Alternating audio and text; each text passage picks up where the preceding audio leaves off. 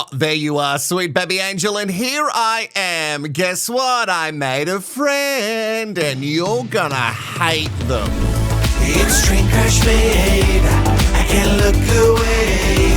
Shut up, press play on 90 Day Fiancé. 90 Day Fiancé, 90 days. Hello, I'm Wilko, the guy who rehashes reality, and welcome to Wilko Rehash. There is so much happening on the channel right now, including our daily rehash. It's a podcasting. You can get it on Spotify and Apple Podcasts, but you can also get it right here on the YouTube. So make sure you go to the homepage and just have a look for the playlist. All the trash, mess, and drama is there for you daily. Before we get into 2024, we need 24,000 subscribers on this channel. We are inching closer and closer, but I need your help. Make sure you have subscribed to this channel. Also, comment below with any of your thoughts, feelings, or musings as the episode goes on. And have you given it a thumbs up? Sure, do it now before you realize you don't like the video. We're about to get into another episode of 90 Day Fiancé the other way. I cannot wait until we get to the tell-alls. I've only seen like little bits and pieces of just some of the trash, and I'm ready for it. We must pick up with Nicole and Mahmoud, which is not something I actually want to do at all, but we must, you know? So it's been 4 months and she's still there. And this is her longest stint in Egypt for someone she's been married to for, 3 years? And it's going really well, guys. Did you sleep well? Yeah, I did. The air conditioner helps a lot. Yeah, you turn off 24 hours, I know. It's because it's hot. Okay, my love. My love is used in such a passive-aggressive way.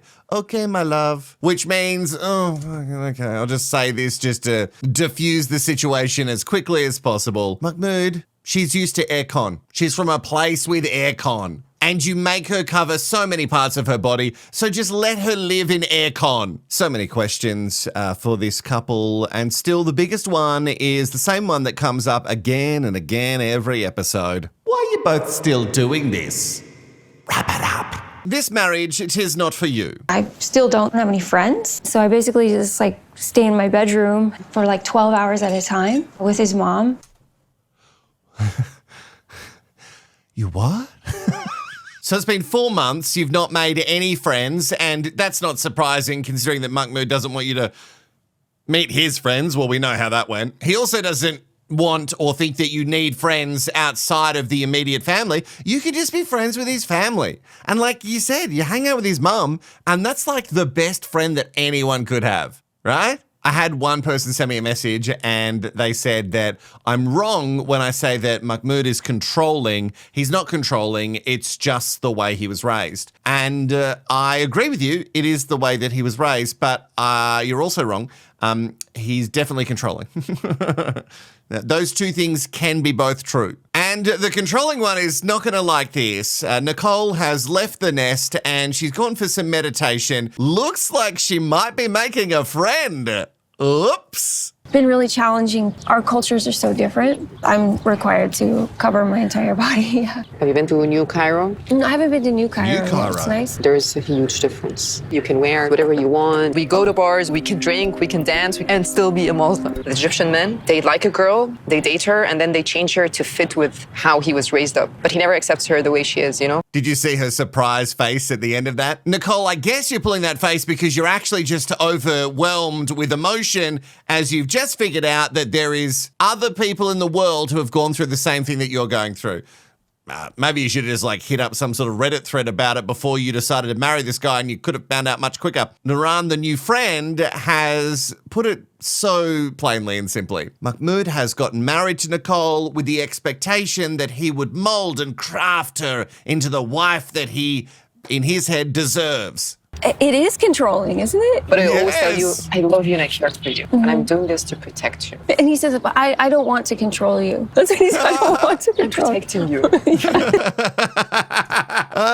See, Nicole, why are you still persisting with this? It's been years, and you've tried again for another 4 months, and nothing is changing or working. Anytime the slightest confrontation leads to, okay, let's get a divorce. You're not going to change. He's not going to change. Although you've stayed there quite a long time now, so maybe you eventually will just give in to his will. It makes me feel bad for her. I feel like I want to grab her and shake her and tell her, wake up, please, wake up. That bit from the new friend, that's what we've been doing the entire season. Also, her friends, when they were drinking over beers all those episodes ago, they were doing the same thing, and her parents were trying to get through to her very softly, but essentially the same sentiment of like, what are you doing? Wait. What are you doing, Nicole? Get out, run! But you persist because you love this person. And I get it. Love can make you do crazy things.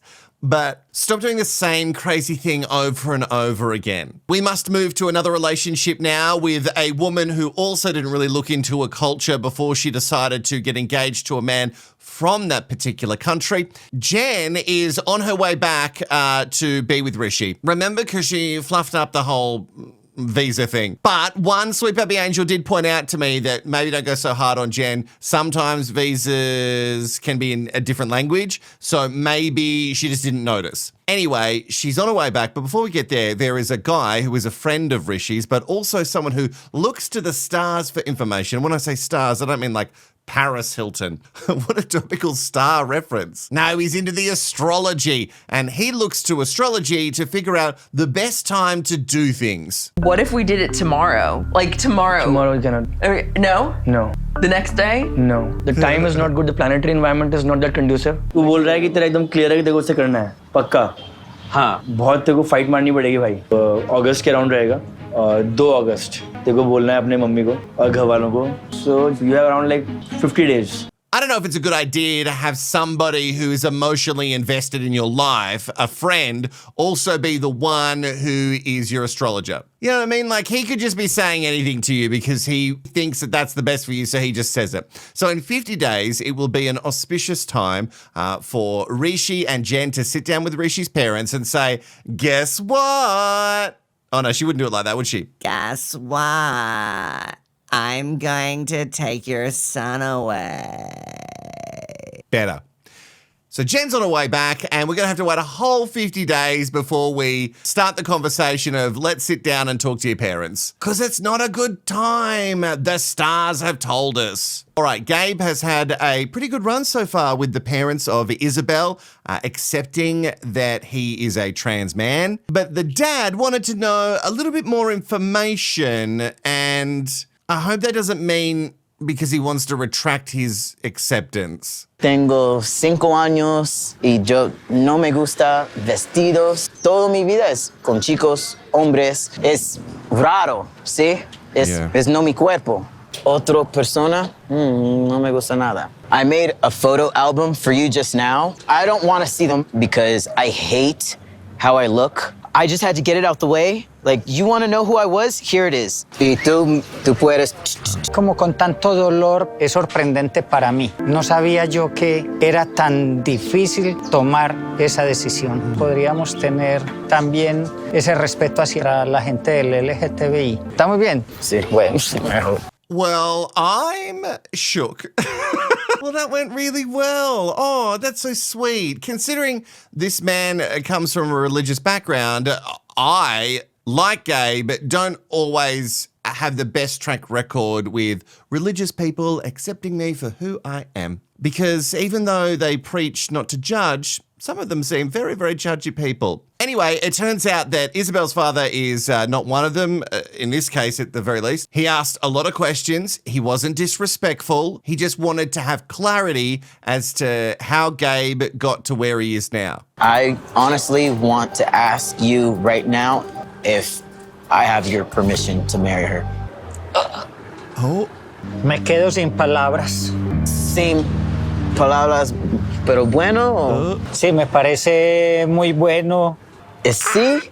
Sí. Yo sí. Oh, that's so cute. Okay, look at this. Oh, I needed this today. Just some good news. I really hope that there's not some crazy trap at the end of this story, at the end of the season, where Gabe turns out to be a monster, because I'm really rooting for them. One person I'm not rooting for is Chris. I don't trust her. I don't trust her at all. Her ever-growing list of cons, it just gets longer and longer. She's just the type of person who's like, this is wrong and this is wrong and this situation just popped up and oh, this thing from years ago is also back and did I mention this? It just goes on and on. So she's with Jamie and even though her bank thinks that she's making fraudulent transactions, which is easy to fix, mind you, I don't know what it's like with the American banks, but in Australia, you just call your bank and you go, hey, it's me, I'm overseas. Here's all my personal details. Here's my special password. Here's my voice recognition shit. Whatever bank you're with, you can just call them and go, hey, it's me, so let me spend my money. And I have never had a problem with any bank that I've been with overseas. Even when that has happened and they've just like cut your cards off for a time because they think it's a fraudulent transaction. But for Chris, oh no. Well, it's such a big deal that she can't get any money and she might have to go back to the States to fix it. What?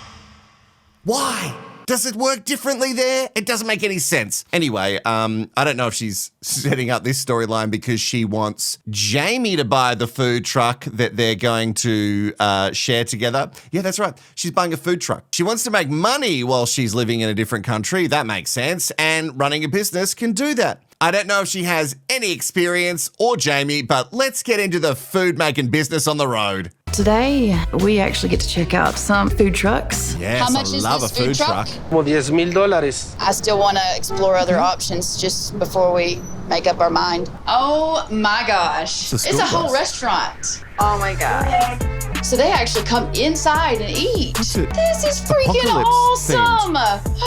I love the zombie bus. Zombie? Giant zombie above the door.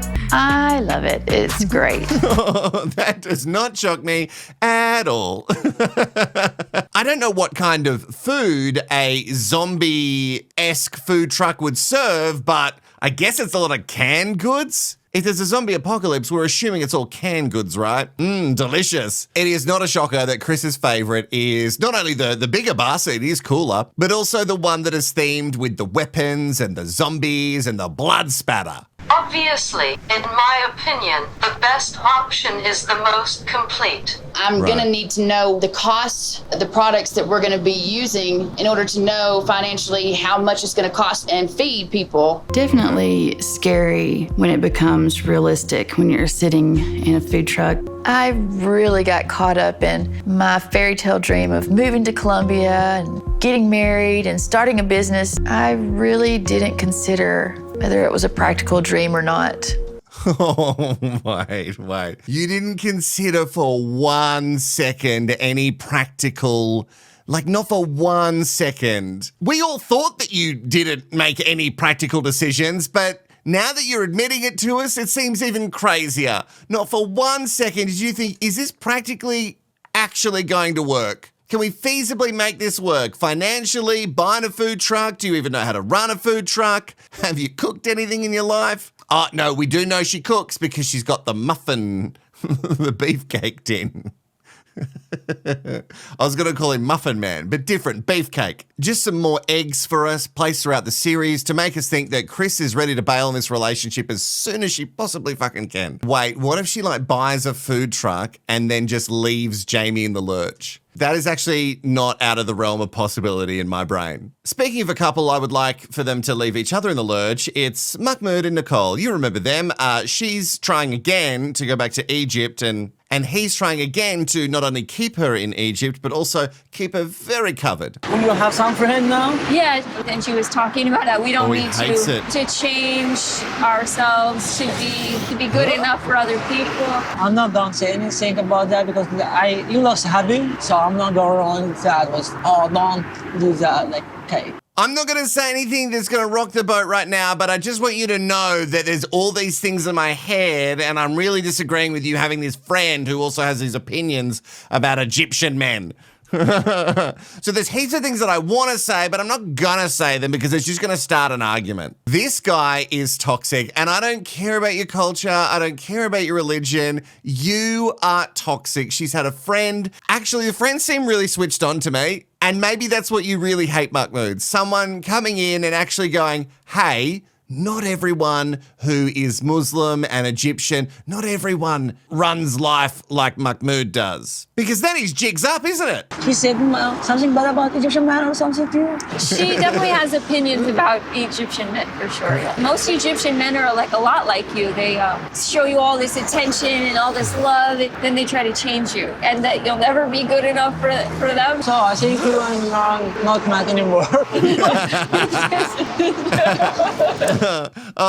You can pretend that it's a joke, but it's not, Nicole. He's not joking. No, he might be laughing on the outside, but on the inside, he is furious. Imagine, after 4 months, this is the first time Nicole seems lighter, right? So imagine you're her partner, and you've pulled her to this other place, and you feel really guilty about having her there and that she's not enjoying herself, but she meets someone and they click and she starts to feel like maybe this could work in Egypt. And your first thought is, no, I think I need to break this friendship up. Oh, God, it's good. And this is not me sticking up for Nicole. She's bloody hopeless and she keeps making these mistakes over and over again, so I have no sympathy for her. But Mahmoud is a child. A little man-child who has no idea what it's like to be in a committed relationship. But he does want to be a dominant all the time. Different things, honey. But I don't feel like Noran is like going to be a god friend for our relationship. Maybe we'll never see her again. No, she's too cool not to see again. What I do to my wife is not right. What do you know about our relationship? She knows the Quran, right? And she's Muslim, and she also lives in Egypt, and she's Egyptian. So she knows actually quite a lot of things in regards to traditional relationships, and Nicole has filled her in with a bunch of other stuff. So I think she knows quite a lot.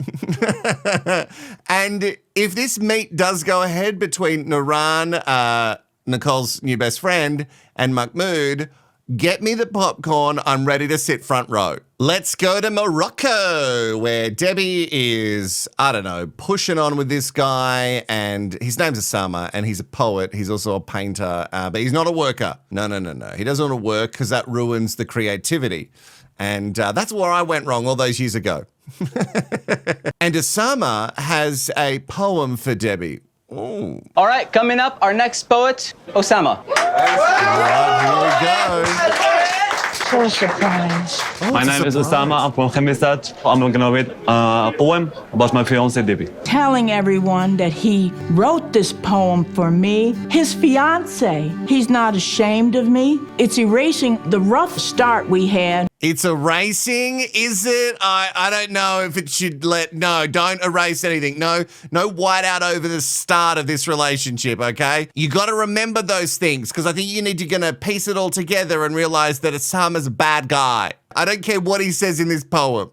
Are we gonna hear it? Okay, we're gonna hear it. As the sun sailing in the sea, you sail to my dark world. You make all the poems dancing. Oh, you, the messenger of the words. Your words are deeply like the Bible. Touch me, hold my bones, my heart, and everything breathes inside me. You, the beautiful poem, your child has come to be alive, to dance and to sing.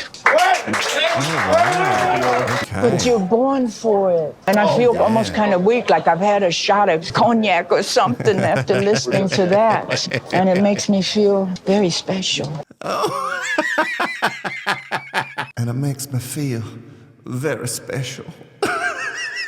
It's so sad to watch because I just feel like she's being conned. And he says some nice words about her and then boom, she's back on board. She's so high, she feels like she's had a cognac, but she certainly hasn't because no to the drinking. The poem was interesting. I can't really judge poetry. I don't fully understand it, nor does it hold a place in my heart. But I did find it very interesting that he wanted her to hold his bones. Because I thought they were just going to like rub souls together. So Danielle and Johan are also added to the list, a toxic couple that I have no idea why they decided that getting married was a good idea. Like I can understand on both sides why they did it, but it wasn't for the right reasons. Anyway, in the last episode, Danielle had shared an interest to catch up with friends, and one of them is a male friend. And what's worse is that male friend is someone that she has previously dated. Johan very much against that idea. No me gusta eso, pero si tú quieres, tú vas. Ahora, después de eso, la consecuencia, tú sabrás. Consequences? Tú no respetas. La falta de respeto que yo veo de Daniel, y yo no estoy cómodo con eso. No estoy enojado, estoy bien. Tú estás loco. No estoy enojado, estoy bien. I don't like Danielle at all. There's not a part of me that's like, what a great person. But I don't think it's unreasonable. She's not saying that she wants to go and hang out with this guy by herself. She wants you to come. Again, isn't it nice for her to have friends? Don't you want her to have friends? Like, I don't understand why all of these relationships have to have this dom male who just like owns everything of that woman. Although Johan is also a bit of a deadbeat because he wants her to pay for everything. Johan's had a few beers, and I'm not letting him drink and drive. There's no way he's driving out of this parking lot. No estoy contento contigo. Tu amigo es importante. Give me your keys. I will sit here and fight with you. Gracias. La consecuencia no van a ser buenas. Well, just in case you were wondering, because the word consequences does generally bring like a light, fluffy situation into your brain. No, the consequences will not be good. So if she catches up with Talon, who was her ex, things aren't going to be great for Danielle. And to be honest, I don't think things are great for Danielle now. She thought that she was going to be the dominant in the relationship, but look at that guy. You both want to be the alpha, and neither of you want to compromise. I just don't, this is not working. I place everything, whatever she like. Maybe Jen will have Jen's to, after to see me, all the stuff. Oh, wow. So he did something this time. New blankets here, towels and all, everything. Good job. I have to say, I'm pleasantly surprised. I didn't know he was going to be able to do all that. Yeah, I'm actually surprised too that this time around, Jen rocking up, he actually has set up the apartment with at least blankets, you know, because last time it didn't have toilet paper or even a towel. The biggest thing with this relationship is just before Jen left again, she found more information about Rishi and the catfishing exercise. So Jen's friend sent a message catfishing Rishi to see what he'd do. And then he did, is it kitten fishing? And then he kind of kitten fished back with a photo that is absolutely not what he looks like now. So she kisses him and she makes it seem like it's all good, and yet this is just bubbling under the surface. Can't wait for it to blow up. Speaking of blow-ups, our prayers have been answered. Mahmoud and Nicole are sitting down with Nicole's brand new friend, Naran. And we all know what Mahmoud thinks about friends. So Naran finds it weird that Nicole's husband would like to meet and essentially approve one of her friends. And to be honest, it is weird. I think you are Egyptian, right? Yeah. So you know how Egyptian men think about that thing. They love like to know about everything their wife doing. She never hang with anybody in Egypt before me. Don't you trust her? It's not about trust. Don't use that. She know I trust him more than anybody. But she go. It's like 1 second. he's really a sweetheart. He really is. Now, people send me messages say I have a real sasshole face when I sit here and watch the shows with you, but I've got nothing on Mahmoud. He has one of the sassiest faces and these big puppy dog roll 'em eyes. He is such a little bitch. And boy, does he hate it when a woman is making him feel like he has to defend himself in anything. He hates it. Like he just cannot handle it. How dare a woman say anything to him? My impression about Mahmoud is he's very stereotypical. Only knows the people around him, how they act like, and he feels safe in this zone, and he feels that there's threat outside of this zone because he doesn't know anything else. The more I hear from Naran, the more I love her. She's just saying things that I think. Yeah, he's been stuck in a box and he doesn't know anything outside that box, and he doesn't want to know. He doesn't want to know. He wants to stay in his nice comfort zone, which is him in control of his wife. Now, Naran is definitely being antagonistic. I don't know if she's deliberately doing it, but that's how it's coming off. And I think she knows how to rattle a man like this. I say man a lot. I feel like he's still a boy. Anyway, the boy isn't really comfortable with Naran doing anything with his wife, Nicole, especially not yoga. Oh, imagine the position she could be in. I'm not going to feel comfortable she's stretched around man. Weird. To see a woman stretch around me, I It's will, yoga. I will love. This is how Egyptian people say. So now you're blaming the wrongdoings of men on Nicole or on women. Women should accommodate to that. Our religion said it's haram, my wife does that around people. Yes, haram. Was it mentioned in Quran? They never going to say yoga. Wow. It was just a battle. It's really interesting and a little scary.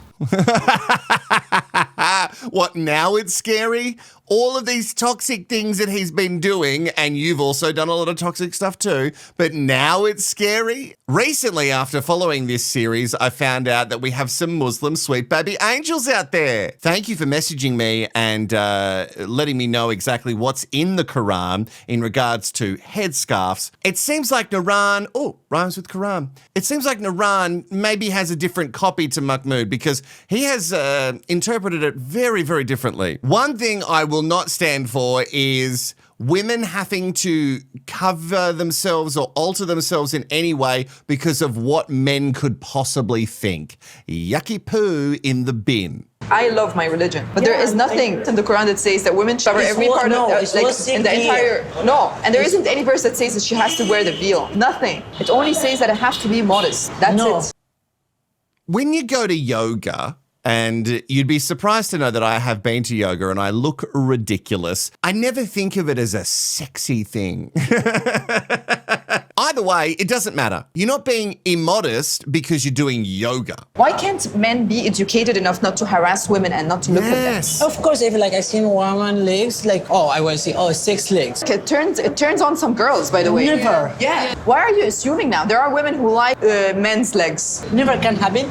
What do you mean it never can happen? Women get turned on by men and the parts of a man's body just like you do. What? Mahmoud is such a child. He thinks that women are so different from men that no, men are gross and filthy, and he understands that. That they're looking at legs and they're like, oh, I want a piece of them legs. But then he's blaming a woman for that. But there's absolutely no way that a woman could look at a man and objectify him. Mahmoud has missed a lot in the world. Has he never heard of a One Directioner before? Their whole job was objectifying a bunch of boys who can kind of sing. Nuran is the worst girl ever I met in my life, I think. I'm not a perfect person. Maybe I'm wrong, but I believe it.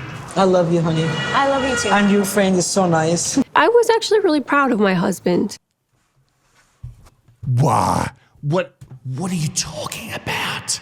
What do you mean what do you mean? You were impressed because he didn't storm off like a small child? The bar is very low, Nicole. And still, old mate hasn't cleared up shit. Well, there goes that friendship. I don't think Nuran is going to be hanging out with Nicole anytime soon because Nicole speaks too much sense and we just can't really have that around your wife, you know? Let's go to some nonsense now, and her name is Chris.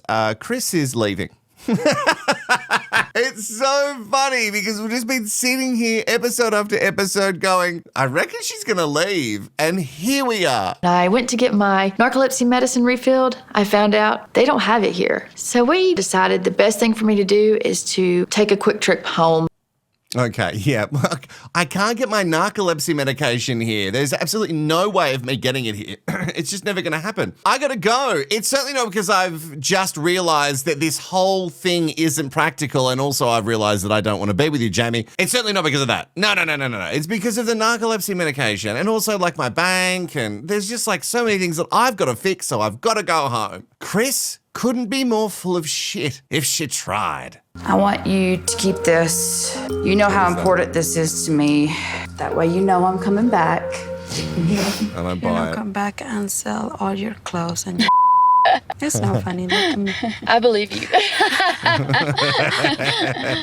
Oh, we're laughing, we're having fun, but we're not having fun, and Jamie's not joking whatsoever. Can we have something nice? Okay, all right. Well, in the last episode, or maybe the episode before, Gabe sat down with Isabel's kids and said, hey, I'm going to propose to your mum. Is that cool? And they were going to make some sort of pottery number, and he was going to reveal it to her. Well, now he's going to do it. Te amo a ti y a tu familia, Isabel. Te casas conmigo. ¿Qué es eso? It's a ring, doll. Sí. Sí. Te amo mucho. Loco. Well, it is crazy, but out of everything that we've seen on this show, it's actually not even close to the craziest thing. Oh, another sweet thing from Gabe and Isabel, which makes me think, is it all a trap?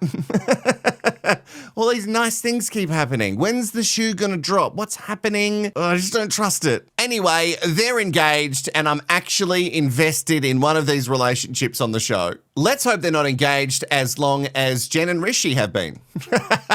Rishi and I haven't been intimate for several years. When I see him shirtless, it's a little bit tempting. I mean, he's not ripped or anything, but he's an attractive man, I'm just saying. I don't deny that. He is an attractive man. He's certainly not like the pics that he sends out, though, which is very interesting. He just needs that validation of what he used to look like. My memory is terrible, but I think the Sweet Baby Angels have told me that it's kitten fishing.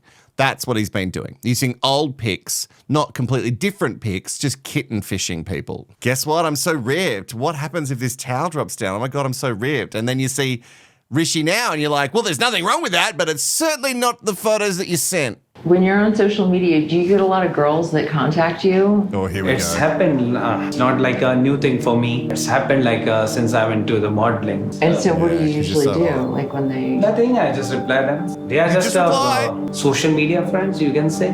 So do you like arrange to meet up with them and stuff? No. No. I don't know. The way he looked away and then said no, it makes me think he means yes. Rishi, you've got to start being a better liar. Because if you're going to lie all the time, you just should get better at it, I guess. Because he smiles right before he lies. Smiles, looks away, and then says the lie. Who needs a polygraph? Shall I show you my phone? Yeah. Oh, no. That's your final answer, that you don't remember arranging to meet up with somebody. You have amnesia. Check this out. I just took this message from my post and I sent them. Like, you send me like this every day. And you know what? Now it means nothing. I'm like borderline ready to smack him. Okay, are you borderline ready to smack him because are the pics that he's sending you also completely different pics to how his body looks now? Because that seems like false advertising. Again, there's nothing wrong with his body, but don't send pics from a couple of years ago before we all put on a couple of COVID kilos, okay? The way that he's denying that this happened is dodgy as shit. And along with Jen, I also don't believe you, Rishi. You said later on you didn't call me. You didn't call me? Yeah. What is that? I don't remember anything like that. You don't remember? I think you just lied. I'm not lying. Yeah. Oh, is that the end of the episode? Oh, I agree. You are lying. And I love the defense. I do not recall, Your Honor. Oh, it's good stuff. Rishi. You've just got to get better at the fibs. All right, that's it for another episode of 90 Day Fiancé. I've got some other things planned for you on the channel as well, but hopefully going to be catching up on this series and get it all done and dusted by the start of next week. Remember, I want your thoughts and feelings in the comments. If you think that this channel is for somebody else you know who might like the trash, mess, and drama, share it. It's the only way that's going to grow, and make sure you have liked and subscribed. I'll see you in the next one, Sweet Baby Angel. Bye-bye.